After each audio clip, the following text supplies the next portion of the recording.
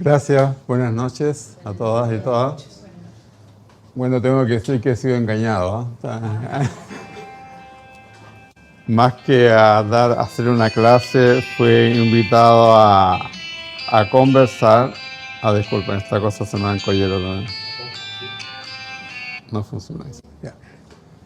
A conversar acerca de esta experiencia que ha significado por más de 65 años de lo que hoy día conocemos como las burracas de Emaús.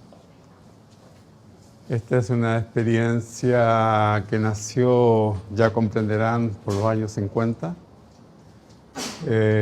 Y nació como una expresión, como cualquier expresión de jóvenes de barrio que se juntan de repente a echar el pelo, a conversar, a tomarse hoy día una cerveza. Antes se tomaba un roncito. Pero, y a ver de qué manera se podía ayudar a otras personas.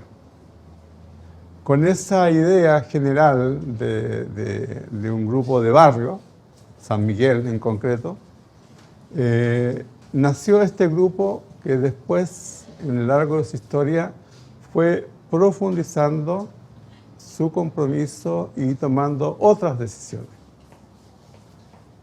En esa época, uno de los temas que impactó a este grupo de jóvenes, en su mayoría jóvenes estudiantes, pero también jóvenes, digamos, del barrio, fue lo que se llamó la toma de la feria. Hoy día, ¿cómo se llama hoy día esa población? La Victoria, ¿cierto? Entonces, ese fue como el primer hecho que impactó, obviamente, a estos jóvenes, pero también a la sociedad santiaguina. Sobre todo a la sociedad santiaguina en la zona sur, que era un poco la más habitada. No la más proletarizada, pero sí la más habitada en ese momento. Esto significó empezar a invitar. El primer hecho fue invitar a otros jóvenes, a otros estudiantes, a otra gente del barrio a participar en esta ayuda social, ¿no es cierto? Primero juntando comida, juntando algunos medicamentos, porque aquí encontramos una gama de estudiantes de todas las áreas, desde profesores, estudiantes de medicina o de las áreas de salud en general. Y eso significó entonces el primer choque, este primer impacto de este grupo de jóvenes de un barrio de clase media, hay que decirlo. Y que estuvo con la curiosidad y con el ánimo de querer ayudar. Ese fue como el primer impacto, el primer ánimo. Cuando estos jóvenes se fueron, entonces, por supuesto, acarrearon todo lo que había en las casas. Sacaban de las despensas que habían alimentos, ropa, frazada, lo que fuera, para poder ayudar con este ánimo, con esta intención de querer ayudar a las personas. Claro, acarrearon, como dije, de alguna manera a sus compañeros de curso de la universidad que venían de vez en cuando a dar una mano, pero hubo un núcleo que se fue quedando y se fue instalando de alguna manera en esta toma, que fue cada vez creciendo, que fue creciendo.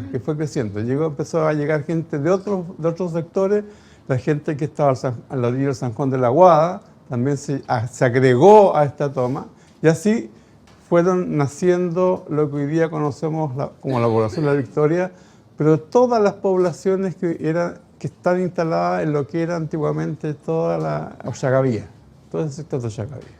Entonces, solamente estoy tratando de rescatar la parte histórica. Ese fue el momento que a este grupo le tocó vivir. Así como hoy día nos toca vivir otra situación social y política, ese fue el momento social y político de la época. Esto también estaba enmarcado en todo un proceso general, esto no estaba en el aire, no éramos ajenos a lo que se estaba viviendo en el mundo.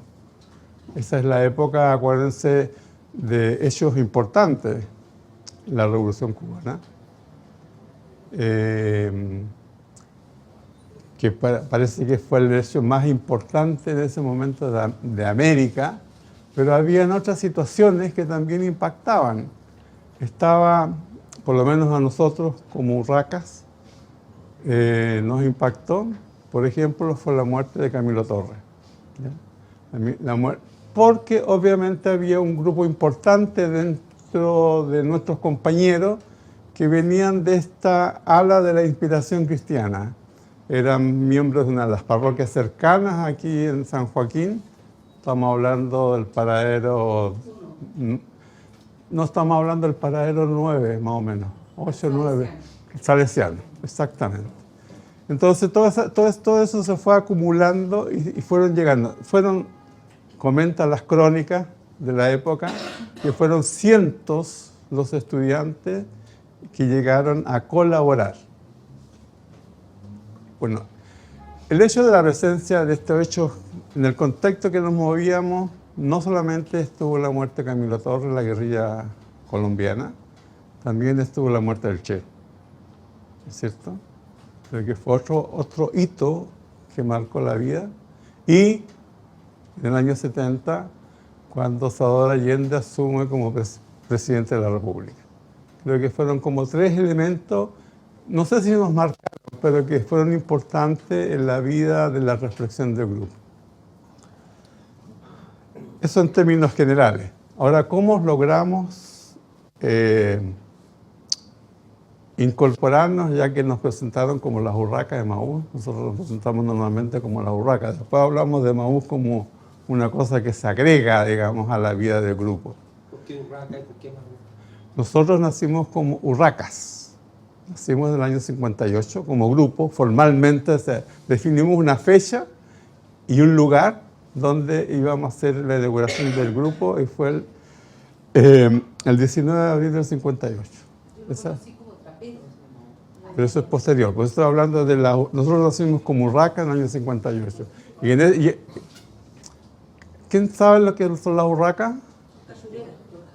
Son cachureras. ¿Qué más? Son lo más inteligente que hay, como el ave que tiene que ser... Bueno, es más simple la explicación. En esa época existían las revistas, las tiras cómicas. No teníamos televisión, no teníamos tiempo mucho de escuchar radio, no había teléfonos inteligentes. Entonces, los jóvenes, los adolescentes, leían revistas. No sé si, lo más viejo, no sé si se pueden acordar, la revista de lo que... incluso el Mampato, que es mucho más moderno, pero bueno. Existían las tiras cómicas 2 personajes, Tuco y Tico. Bueno, los socios o los compañeros que iniciaron toda esta historia y todas esas cosas fueron como Tuco y Tico, o sea, siempre hablando, no paraban nunca de hablar, estaban siempre metidos en todas las cosas. Entonces a eso por eso recibieron el apodo de urraca. Y es por eso que el grupo se llamó Las Urracas. Es mucho más simple de lo que uno quisiera imaginarse, pero eso es la historia, si lo podemos reconocer.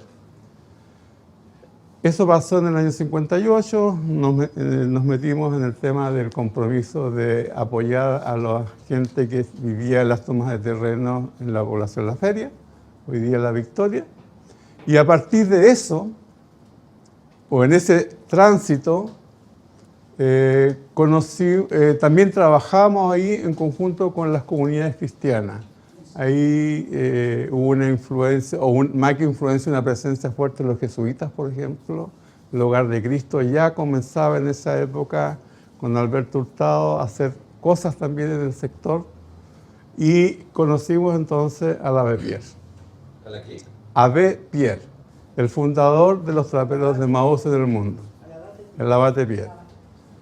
Entonces él vino a hacer unas conferencias aquí en la Universidad Católica y tratamos de hablar con él. Fue medio complicado, pero después él llegó a La Victoria a conocer la experiencia de los sin techo que estaban en ese momento en ese sector.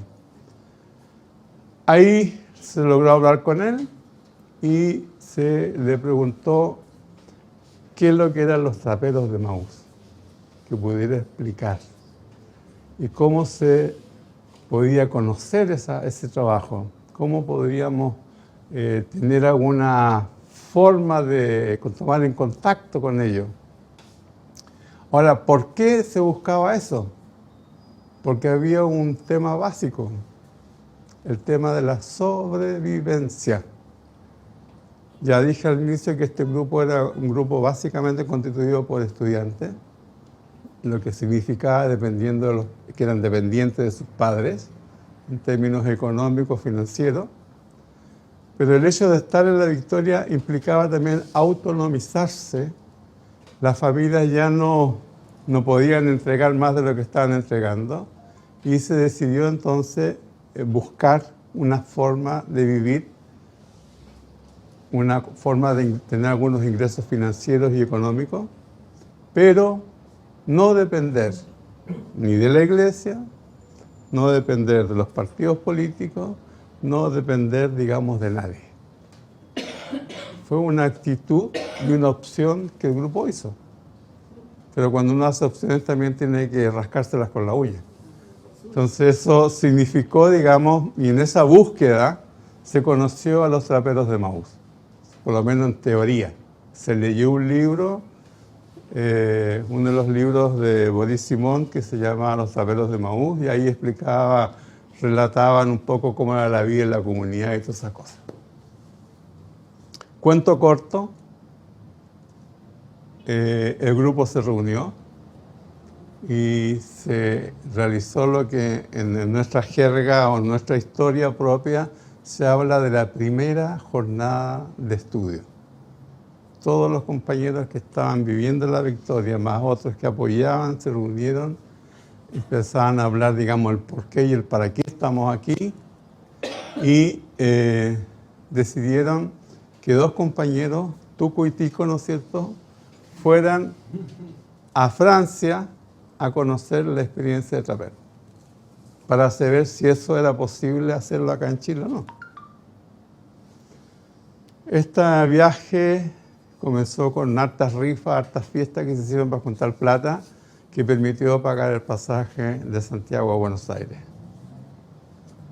Tiene que pensar, en la época el tema de los vuelos en aviones no era una cosa tan fácil. La gente atravesaba de América a Europa o África en barco. Bueno, este viaje duró prácticamente un semestre, prácticamente 6 meses. ¿Y por qué? Porque no había plata. Entre otras historias, estaban de polizonte en un barco, fueron expulsados, tomados presos en Brasil, ahí fueron acogidos por la Federación de Estudiantes de Sao Paulo, y así, la historia suma y sigue, y termina llegando a París, al local de la comunidad, en un auto, digamos, una pompa fúnebre, que le hicieron dedo y los llevó. Bueno, esas son las anécdotas, los chascarros que existían de este tema. Y los compañeros entonces vivieron un año en esa comunidad, aprendiendo. Y de ahí aprendimos, ¿no es cierto?, esta regla básica de los traperos de Maús: trabajo, comunidad y servicio. En estas comunidades todos trabajan, todos, porque todos tienen habilidades y todos trabajan de acuerdo a sus capacidades. En nuestras comunidades el que no trabaja no come, es tan simple como eso. Entonces ese es un poco el inicio de todo este trabajo. Nuestros compañeros volvieron a Chile y en el año 1961, al lado del San Juan de la Guada, al lado del basural que se tiene en San Juan de la Guada, se levanta la primera comunidad de traperos de Maús, o la primera comunidad de vida de las Urracas. O sea, ahí comienza otra fase de la historia. Porque la primera fase es la de estos jóvenes entusiastas, llenos de vitalidad, que querían apoyar, ayudar. Sabían que tenían que hacerlo, pero no sabían cómo. Y aquí, con esta inclusión de la idea de Maús, nace lo que hoy día conocemos como las Urracas de Maule. Ahora, eso es parte de la historia inicial, porque también hay hartas historias, pero en ese sentido es lo que nos permitió, primero que nada, ser autónomos. Significaba no depender de otros, ni de iglesias, ni de partidos o de otras instituciones. Entonces tuvimos la capacidad de pararnos frente a frente, frente a los trabajadores, frente a los pobladores, frente a las mujeres, frente a los pueblos originarios. Entonces siempre trabajamos, compartimos y discutimos en base a lo que somos y lo que tenemos. No somos más que eso de alguna manera, pero tampoco somos menos. Entonces hoy día el concepto de la vida en la comunidad es un concepto básico. Yo vuelvo a insistir, somos comunidades de trabajadores. Eso no nos quita que tengamos también otras visiones del mundo. Y tenemos otras visiones del mundo por las cuales nos hemos jugado, hemos trabajado y seguimos trabajando. Una vez que pasó toda esta etapa inicial, esta cosa de ir descubriendo, de ir compartiendo, de ir trabajando, nos empezamos a meter más en Honduras. Siempre hemos sido la característica de meternos un poco en la pata de los caballos, pero también hemos aprendido a salir de ahí. Entonces, bueno, yo no soy de los socios originales, como decimos de repente nosotros, pero sí llegué como joven estudiante a pegar una mano, a dar una ayuda. No a la toma de la victoria, porque no soy de esa época, pero sí, digamos, en los años 70, cuando existían también en Santiago, ya existían una segunda comunidad en Temuco, que nace en el año exactamente 10 años después de la primera comunidad de aquí de Santiago. Pero el nacimiento de Temuco también nos marcó mucho porque fue una situación, también fuimos pedidos de alguna manera, solicitados a dar una mano, a prestar un apoyo, y ahí comenzó una parte de nuestra historia que tiene que ver con los apoyos en torno al tema salud. ¿Ya? También fuimos con compañeros, con voluntarios, con amigos, ¿no es cierto?, a realizar servicios de salud, tanto de enfermería, médico, dental, en algunas comunidades del pueblo mapuche. Gente que solicitaba un apoyo en función de fortalecer la poca orgánica que tenían o la poca forma que tenían de poder subsistir y de organizarse para reclamar sus derechos. Estamos hablando de los años 60, estamos hablando todavía cuando habían movimientos a la interna del pueblo nación mapuche, pero no se reflejaban como se empezaron a reflejar después de los años 70.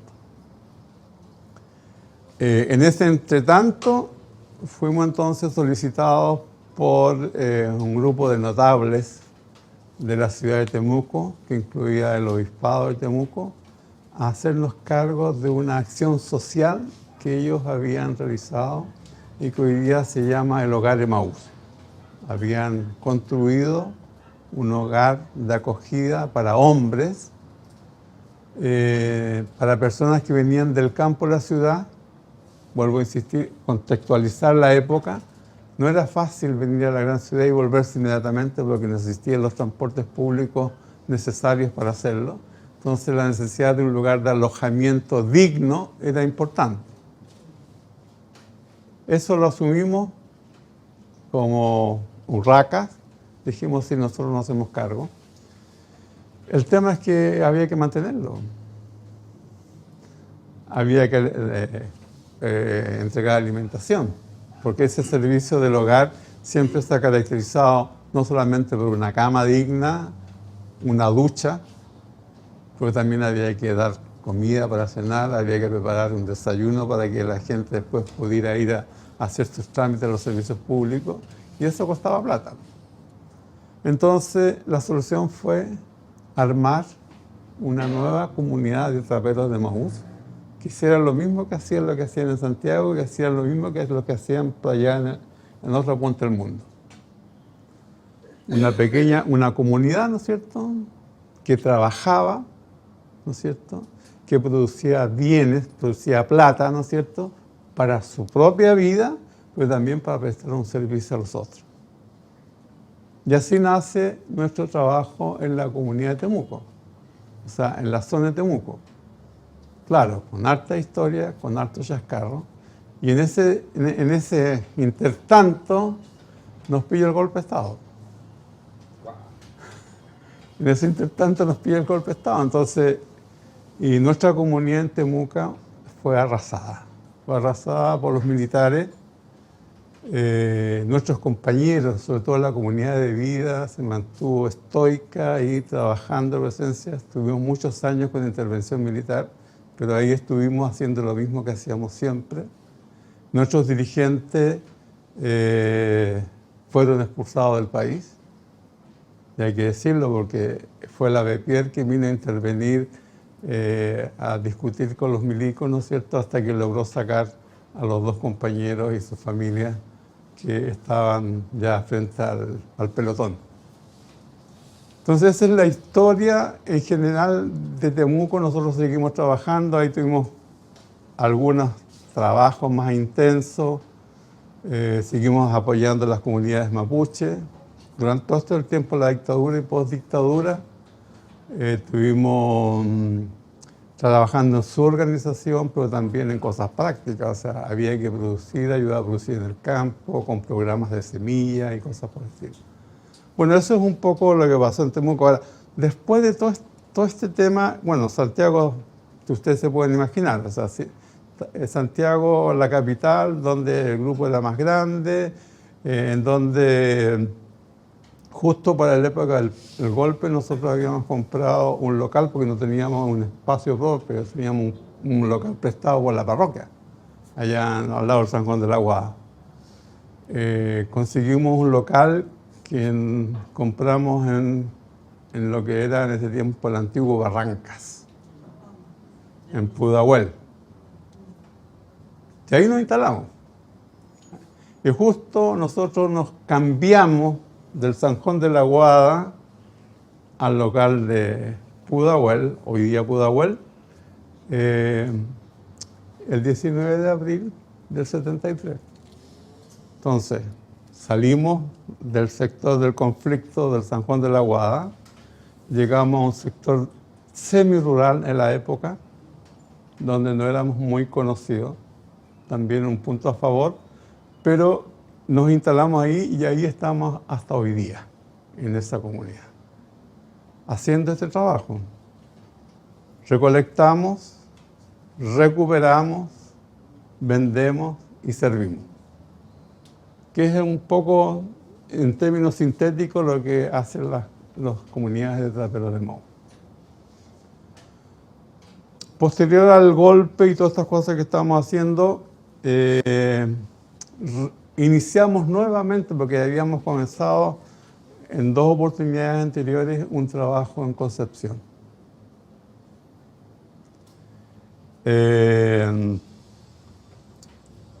Nos costó bastante, y siempre con este tema, siempre los mismos compañeros, siempre que se arma una nueva comunidad, se elige un par de compañeros de las comunidades antiguas para que vayan a iniciar más la gente local para comenzar con el tema de la comunidad. Y con esta idea de que cada comunidad es autónoma, pero tiene que ser autosuficiente. El concepto de la autosuficiencia comenzó a ser reflexionado y discutido en términos teóricos, en términos políticos, a partir de las prácticas que tenemos. Entonces, no es teoría, Es una práctica reflexionada y teorizada, si ustedes quieren. Pero ese es un tema que también para nosotros ha sido un tema más que de discusión, de reflexión permanente. ¿Qué significa ser autosuficiente? La autosuficiencia para nosotros no solamente es económica o financiera, tiene también que ver con nosotros, los compañeros y compañeras que somos parte del grupo. Somos capaces, ¿no es cierto?, de estar a la altura de los desafíos, porque otro tema son los desafíos que nos presenta la sociedad. Tuvimos el fuerte impacto del golpe, como muchos de nosotros, pero tenemos el desafío de vivir el día a día, vivir a partir de nuestro trabajo. Tenemos el desafío del compromiso social y político que hemos asumido y que queremos ir mejorando cada vez más. Entonces, eso es un poco la historia. Eso mismo pasó en Concepción. Ya por los años 80, como ustedes ven, la cosa avanza. Fuimos llamados también entonces por un grupo de personas en la ciudad de Talca. Y hoy día mantenemos una comunidad de vida, de trabajo y servicio en Talca. Y finalmente dijimos, la comunidad de Pudahuel, la comunidad de traperos de Pudahuel, está creciendo mucho. Y no podemos trabajar o vivir en un grupo demasiado grande. Porque, ¿qué nos pasaba? Se comenzaban a perder las relaciones personales. Cuando hay un grupo de 20, tú puedes más o menos mantener todavía un tipo de relaciones personales, pero cuando los grupos son más grandes, pasa a ser un número, no un compañero o una persona. Así que un par de años después de lo de Talca, decidimos entonces que esa comunidad debería tener un tope máximo de 25 a 30 compañeros y iniciamos una nueva comunidad de traperos en la comuna de San Bernardo. Y ahí tenemos hoy día 5 comunidades, todas con un estilo propio, pero todas con una línea gruesa, una línea general, que tiene que ver con el trabajo, la comunidad, el servicio. Posteriormente se han agregado 2 temas. La importancia de acoger. Nosotros somos comunidades de puertas abiertas. Todos pueden ingresar o pueden estar en nuestras comunidades. Hemos tenido algunos chascarros, pero esa es la ley de la vida. Y la 5ª regla, que es la regla de la lucha. Entonces tenemos la acogida, el trabajo, la comunidad del servicio y la lucha. Son las 5 reglas que hoy día nos rigen como reglas generales a cada una de las comunidades. No todas las comunidades son iguales, pero todas deben regirse por las 5 reglas. No son iguales ni en cantidad ni estilo de trabajo. Y hoy día estamos enfrentados a esos desafíos. Porque más fácil sería vivir de proyectos, más fácil sería vivir de subvenciones, pero vivir del trabajo cotidiano no es fácil. No nos quejamos, no nos quejamos. Todo este trabajo, este contacto con organizaciones sociales, este contacto con organizaciones políticas, este contacto con organizaciones de intelectuales, también nos han aportado y hemos aportado nuestra propia reflexión. Porque yo creo que el tema de... También hemos descubierto con el transcurso de los años la importancia que tiene la reflexión intelectual. Pero una reflexión a partir de las prácticas y que tengamos la capacidad de devolverla básicamente al conflicto social. Bueno, no sé qué más podría agregar, pero esa es nuestra experiencia, ese es nuestro trabajo y por eso llevamos más de 65 años vivos y esperamos seguir viviendo por mucho tiempo más. Eso, no sé qué más, nuestro animador. La- Pasemos entonces a las preguntas. Recordarle que Urracas de Emaús es parte del grupo de organizadores de esta escuela, por tanto también es un contexto para decir el trabajo que hace Urracas en el contexto. O sea, así que vamos a las preguntas. la- Bueno, muchas gracias por contarnos, por hacernos parte de esta historia y de estar organizando este curso. Pero la duda que se me instala es justamente con lo que estábamos dialogando de antes con María Eliana, porque ella dice, no hemos aprendido a ponernos de acuerdo en nada. Y la historia que nos trae, la experiencia, pareciera que sí lograron aprender a ponerse de acuerdo en mínimos para mantener un trabajo, sostener un trabajo tantos años. Entonces, ¿qué recomendaciones nos puede dar la experiencia, la fórmula para sostener esta maravilla de convivir, trabajar, servir, luchar? Lo que te puedo decir es de que no ha sido fácil y es una tarea permanente, primero que nada. O sea, no es una cosa mágica. No es una cosa, y yo traté de mostrar un poco los procesos, pero en realidad son mucho más largos, mucho más profundos, porque pasar de grupo de barrio, bueno, para la chacota y todo lo demás, a asumir un compromiso, no sé si más serio, pero un compromiso más de vida, que creo que es lo más importante, porque no fue solo una reflexión intelectual, sino fue un compromiso de vida. Y yo creo que eso ha sido un poco los que hoy día los compañeros y las compañeras que estamos hoy día en la Urraca en general, hemos hecho muchas opciones en términos de decir, bueno, yo no quiero ya, entonces no me voy a meter más con el mercado. Para mí el mercado ya no existe, o sea, no que no exista, sino que no es una opción, ¿ya? También yo recibí una beca de la dictadura para ir a estudiar afuera, así que no, más o menos uno sabe lo que significa ese tema, y hemos tenido experiencia de todos lados, o sea, compañeros que les ha tocado vivir cosas diferentes, pero finalmente llegamos al grupo y después de un tiempo, porque no es mecánico, no es automático, vamos tomando opciones y vamos discutiendo. Ahora, una de las bases tiene que darse en el tema de la discusión y la confrontación. No tenemos miedo a discutir. Tenemos posibilidad de conversar, de discutir, de proponer, pero yo creo que nosotros aprendimos mucho de los sectores populares. Yo por lo menos tengo que decir del sector poblacional. También hice mucho tiempo trabajo campesino. He trabajado mucho tiempo con jóvenes.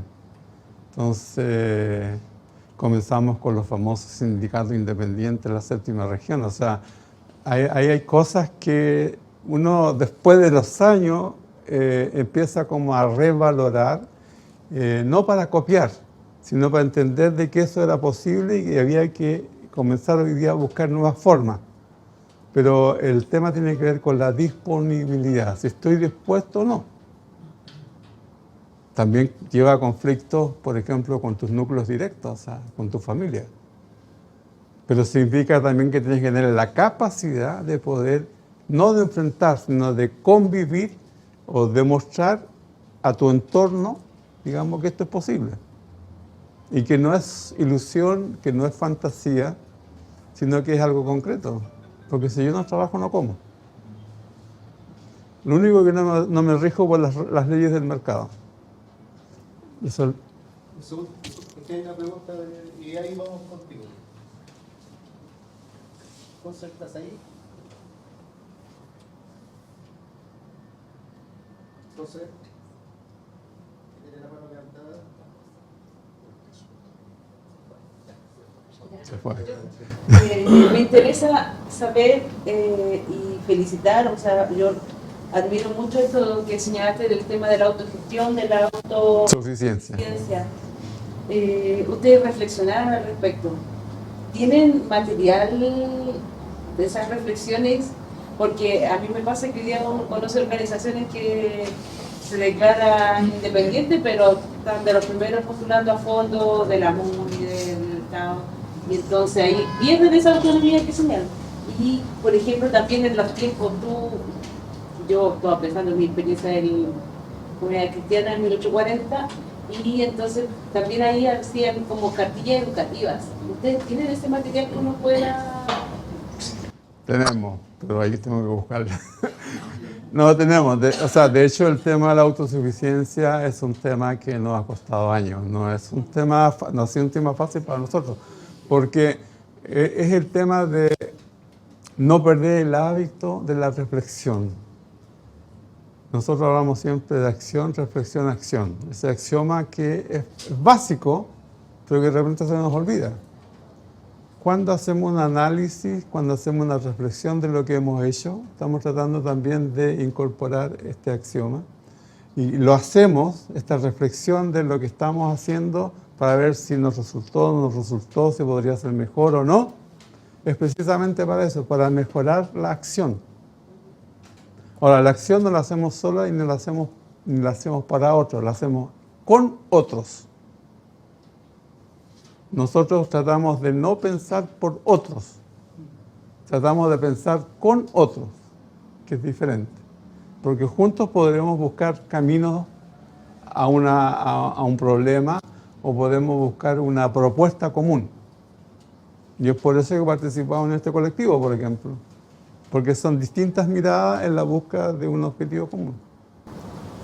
Yo quiero acceder a esa reflexión escrita, a esa papelería. Por favor. Gracias por contarnos.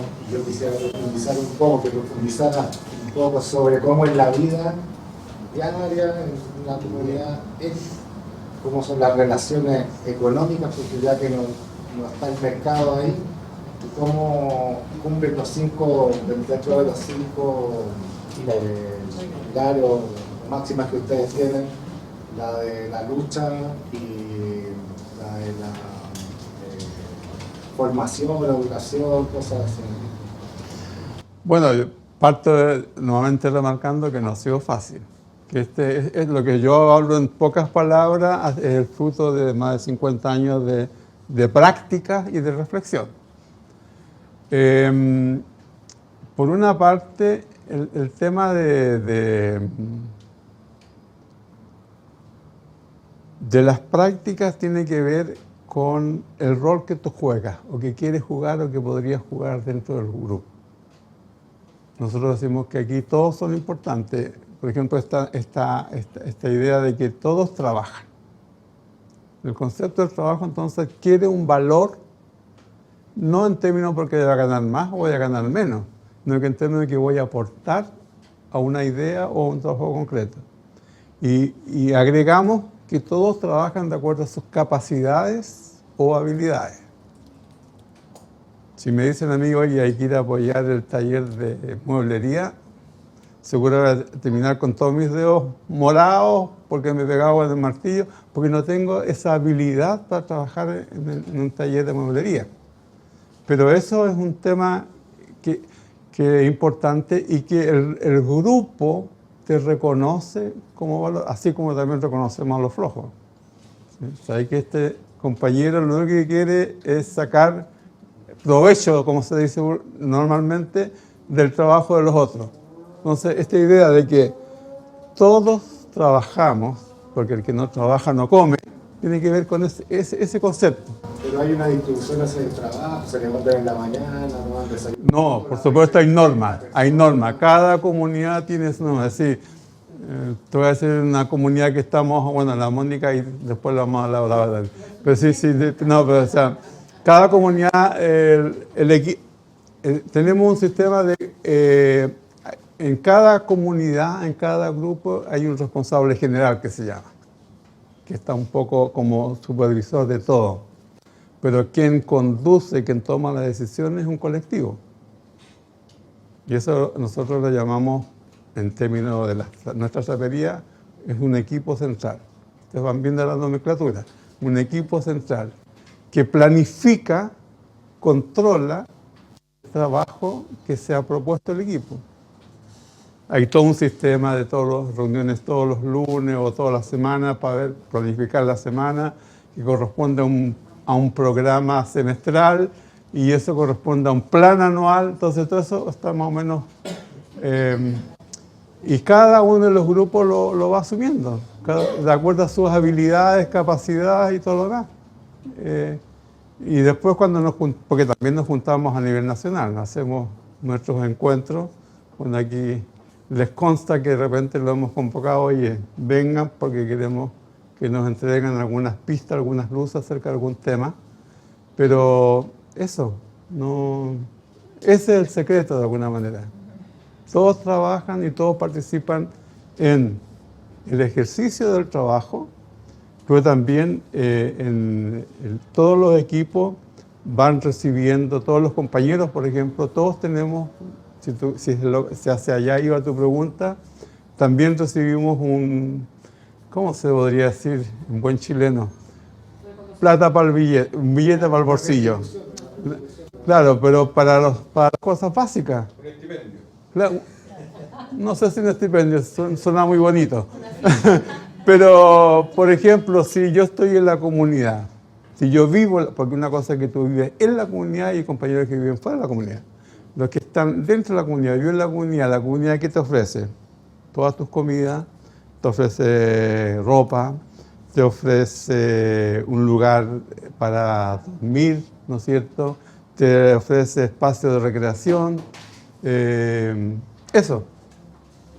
Después los compañeros que vienen de fuera dicen, ya, en esta comunidad se comienza a trabajar a las 8 de la mañana, a las 8:30. Y vamos a parar a las 1 de la tarde, y entre 1 y 2 vamos a almorzar.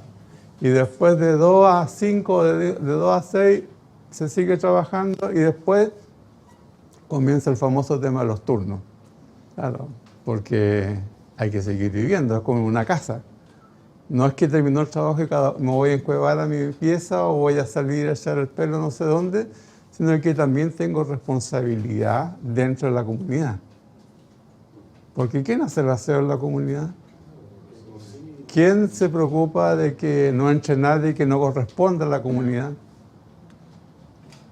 Eso sí. Perdón, la compañera había pedido, después de la palabra.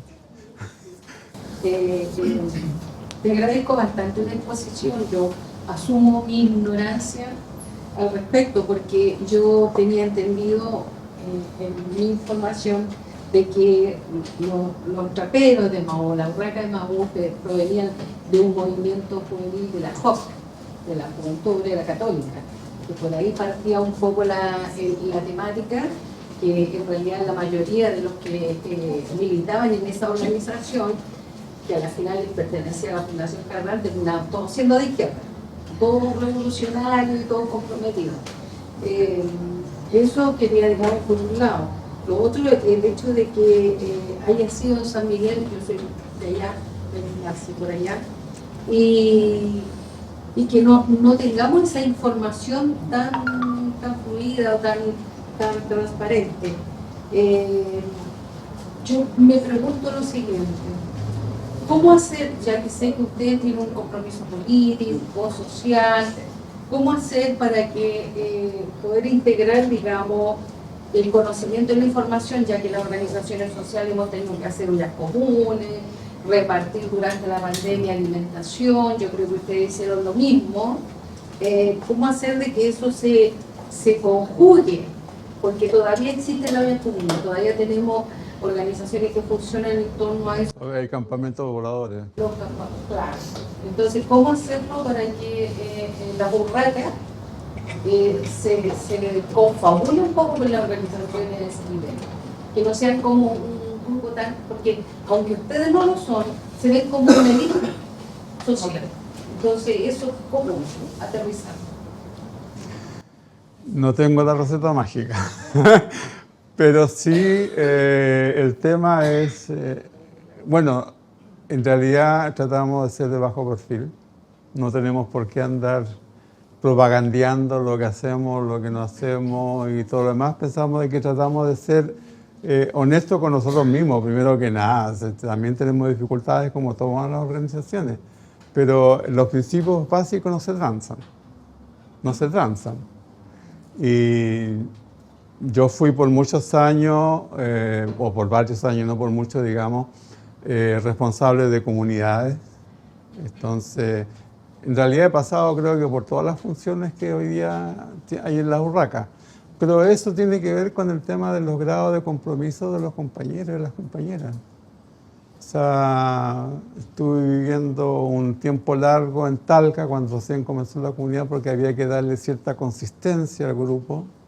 Entonces necesitaba compañeros con más experiencia. Y bueno, eso pasó. Y no me quejo. Y también pasó cuando los compañeros se fueron a Temuco, por ejemplo. Ellos se fueron a vivir a Temuco con todo lo que significaba, con el riesgo que de repente no había plata ni para el pan o cosas, porque hubo que, normalmente comenzamos siempre de cero, porque la única comunidad que nació con, ¿cómo decirlo así?, con una maleta llena es la comunidad de San Bernardo, porque es la más joven, porque fue la comunidad de San Luis, y la primera comunidad que tenía recursos en ese momento, instaló la comunidad en San Bernardo. Compró el terreno, asignó un par de compañeros un largo tiempo hasta que la comunidad de San Bernardo se consolidara, pero en general todas nuestras comunidades son en esa línea. Disculpa, tú te habías pegado. Nada más que curiosidad, porque Sí. es la primera vez que logro entender la orgánica y la dinámica de la Urraca. Y se me hace como muy parecido a las comunidades cristianas, sobre todo de los monjes o de estas comunidades así como que no se van a misioneros y todas estas cosas. Que me es muy familiar, nada más que eso. Bueno, de monjes lo menos que tenemos, primero que nada. Pero no, yo te digo estilo de vida, Sí, no. estilo de vida, lo que se No, pero es verdad, una de nuestras fuerzas está en las comunidades de vida. O sea, Pero la pregunta era la permanencia. La permanencia, por ejemplo, si se ingresa, ¿cuánto tiempo? ¿O tienen un límite? ¿Tienen 5 años, 4 años, qué sé yo? ¿Se muere ahí? no sé si la militancia tiene algún límite, pero yo te puedo dar mi propia experiencia, no podría decir, no. Yo ingresé en el año 70 y fui a pedir pega, en el fondo. Oye, necesito que me den una manito porque comencé a estudiar a la universidad. Yo vengo de una familia bastante proletaria y obviamente tenía que rascarme con mis uñas. Yo había tenido el privilegio de recibir una beca de parte de la universidad, pero tenía que comer. Entonces me dijeron, ¿y cuánto tiempo dispones? Claro, porque tampoco es decir, ya, y ahora cumple esa hora. No, mira, yo salgo de clase a las 2:30, porque antes uno tenía clases en la mañana en la universidad. Entraba a un cuarto para las 8, hasta las 2:30 tenía clase, todos los días, de lunes a sábado. Y yo iba entonces al local de la Urraca a partir de las 2 de la tarde y me esperaban con un plato de sopa caliente, el almuerzo, al tiro. Y de ahí yo puedo estar hasta las 5 o 6 de la tarde porque después yo tengo que irme a mi casa, a mi barrio. Yo vivía en un campamento donde tengo compromisos con la gente del campamento, porque además soy dirigente de una manzana. Entonces, en ese sentido, después te fuiste quedando. Otra cosa que después te vio el golpe adentro, ya era otro cuento. Pero a eso tiene que ver con y yo no soy un caso único, tengo que decirlo. Una gran cantidad de mis compañeros y compañeras le ha pasado lo mismo. Llegó por curiosidad a saber de qué se trataba. Yo soy de inspiración cristiana, soy de un barrio o porque un pariente me contó, pero cuando llegaste, en general te quedaste. No todo, pero en general te quedaste. Y ahí también nosotros decimos, aquí es un tema de los dirigentes entonces de las Urracas, saber dónde este compañero o esta compañera puede ser más útil para lo que estamos haciendo. Si este compañero tiene, como decimos en la Urraca, un buen bla bla, sabe hablar bien, entonces vamos a hacerlo, no sé, pues pongámoslo a la venta en una sala de ventas de una comunidad. O digamos, oye, invitémoslo a las tareas de los programas sociales. Vamos a ver qué es lo que hacen cuando visitan un campamento o cuando van a hacer una charla o cosas por el estilo. O sea, este tema de la prueba, de ir probando cuáles son las habilidades de cada uno, es un tema importante. Pero eso es el resultado de las prácticas, ¿no? No es que alguien lo pensó, lo estructuró y lo mostró y así van a funcionar, no. Y solamente tenemos digamos, las líneas generales consolidadas, pero hoy día cada comunidad va respondiendo al tema. Mónica. Yo solamente quería complementar unas cositas que indicó Manuel, que por ejemplo para nosotros el trabajo tiene todo el sentido de la creatividad. Llevamos muchos años, como decía Manuel, 60 y algo, aunque no se ve nota, no. Llevamos muchos años trabajando sobre todo la recuperación de los objetos en desuso. Entonces eso genera, hay un concepto detrás, nos interesa sentirnos parte de la naturaleza, ser parte de la naturaleza no solo en teoría, sino que, bueno, cómo vamos cuidando el medio ambiente. Entonces para eso lo que intentamos es que cada uno tenga sus cualidades, pero también es creativo, porque trabajamos con lo que los otros desechan, lo que nos donan. Y eso se pone al servicio. Y también en el sentido comunidad, lo principal, por lo menos creo que es lo que hemos conversado, que no haya apropiación individual. Sí, de los Ese bienes. es como el centro de todo, o sea, y cuesta mucho, no es fácil porque la gente te dice, oye, pero si yo sé pintar, sé esto, sé este otro, manejo las máquinas y este otro, nada. Bueno, pero esa es la gracia, que cómo nos complementamos con los distintos saberes.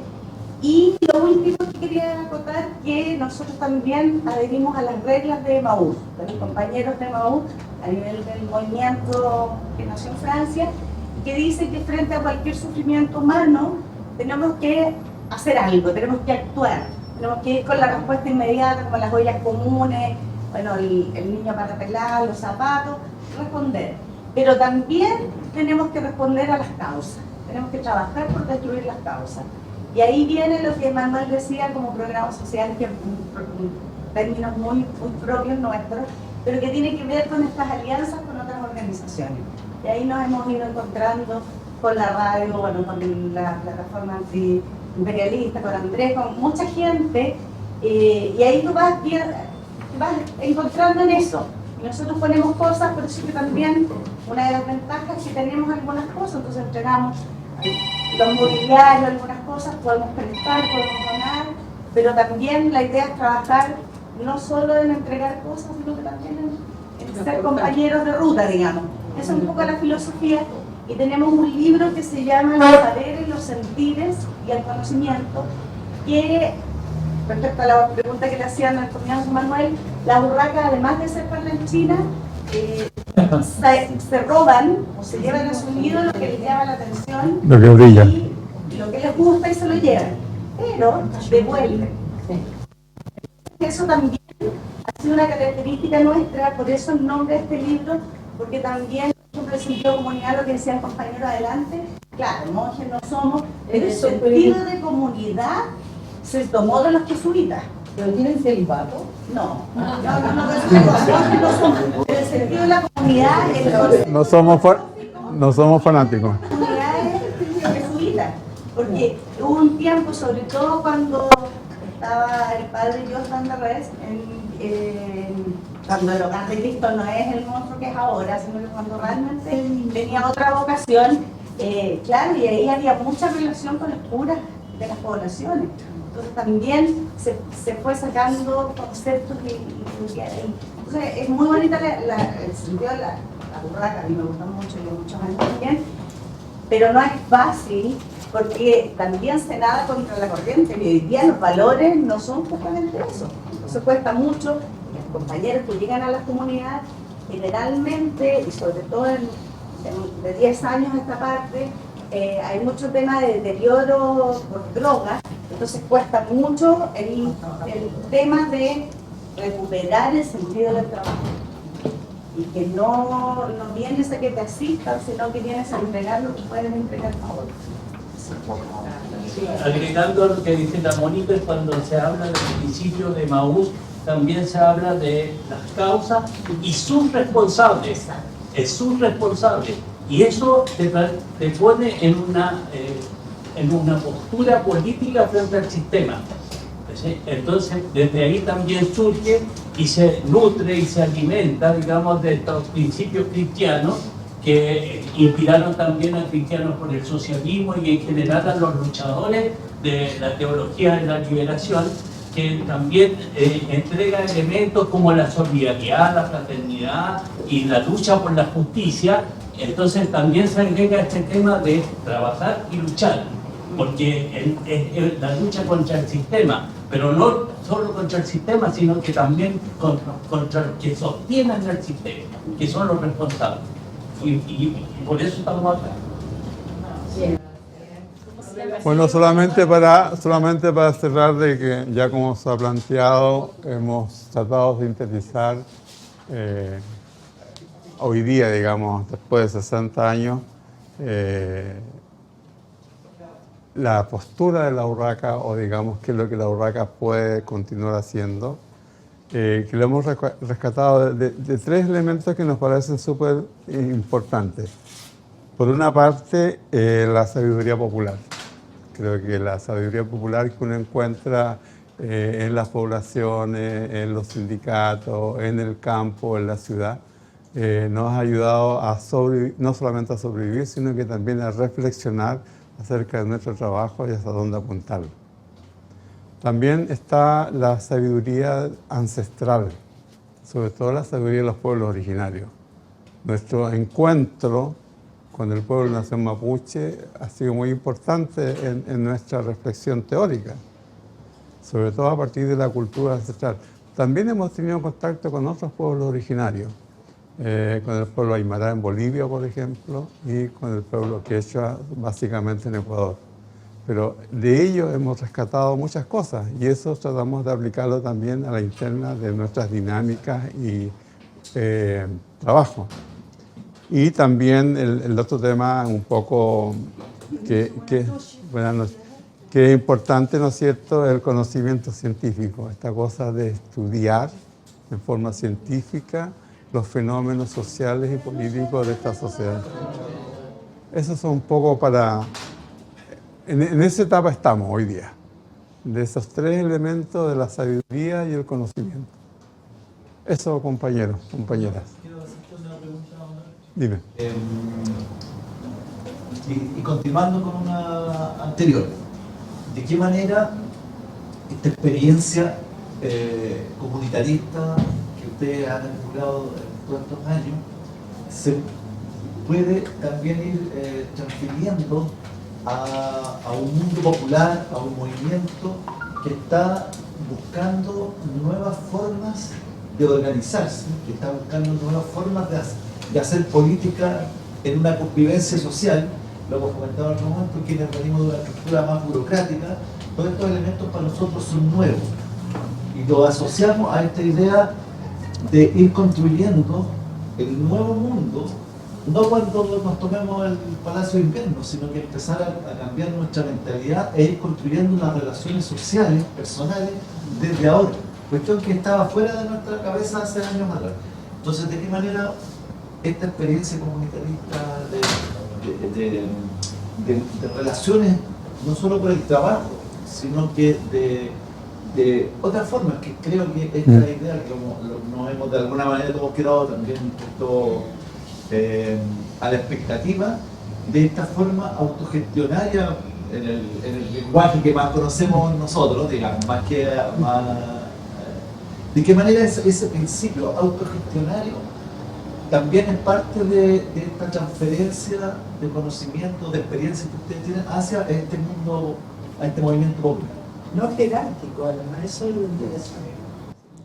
Bueno, no sé si la respuesta que te puedo dar puede satisfacer a todos, pero nosotros tratamos de utilizar algunos elementos de análisis de lo que hacemos de reflexión no solamente romántica, tratamos de ser muy estrictos también con nuestros propios programas de trabajo, pensando en cómo también podemos aportar nuestra experiencia de organización a otros. Sobre todo, nosotros nacimos ligados al movimiento poblador, entonces ahí tenemos como nuestra raíz. Después avanzamos al tema de los trabajadores. Conversábamos con Mónica hace un rato atrás la experiencia, nosotros hicimos una experiencia con ladrilleros, la organización de los ladrilleros en los años 70, en la cooperativa de ladrilleros Facol, que funcionaba al lado del aeropuerto de Pudahuel. Ahí hicimos una experiencia, ahí nos acercamos de alguna manera al mundo del trabajo. Fue nuestra primera experiencia, porque lo que hacíamos, claro, recolectábamos, también trabajábamos, pero esta experiencia al mundo del trabajo medio informal de alguna manera, porque tampoco los ladrilleros fueron considerados trabajadores mucho tiempo. Curioso, ¿eh? Los únicos trabajadores que existían en la época eran los trabajadores de la industria o de la fábrica. Entonces fue toda una reflexión, una discusión acerca del concepto del trabajo. ¿Cuándo se consideró el tema del trabajo de las mujeres, el trabajo de los campesinos? O sea, esta discusión que la comenzamos nosotros ahí por el 70-71 acerca del concepto del trabajo. Porque el trabajo no solamente es hacer cosas, el tema es cómo te organizas para organizar y para tener un producto final. Entonces ahí fue un aporte, yo creo, importante para la Urraca en términos de elementos que nos llevaran a una discusión más profunda acerca del tema del trabajo. Está claro que estábamos atravesados porque muchos de nuestros compañeros, como ya dijimos, provenían del mundo cristiano. Alguien habló recién de la influencia de los jesuitas, que quizás en Santiago tuvo una influencia importante, pero no sí en las otras regiones.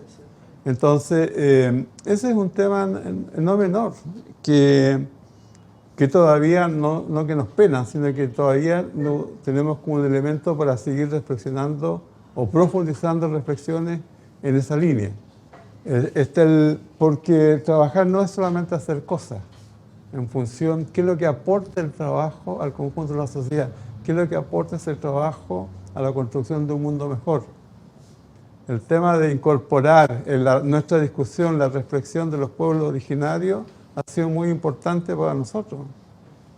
Yo me recuerdo, yo llegué siendo estudiante universitario y una serie de cosas más, y con esas ideas arrogantes que tienen sobre todo los estudiantes de los primeros años, de creer que todo se sabe o que todo está al alcance de su mano. Pero tener el primer contacto con comunidades del pueblo mapuche para mí fue también un impacto no solo en lo personal, sino tener la visión de mundo que podríamos aportar al grupo. Nosotros siempre pensamos en el grupo. Como Mónica lo explicaba en algún momento, somos las urracas, entonces estamos robando todas las ideas que existen y las llevamos al nido. Pero no las llevamos para guardarlas, sino para discutirlas, reflexionarlas y devolverlas después a la sociedad de alguna forma. Ese es un poco, si podría responder lo que tú consultas.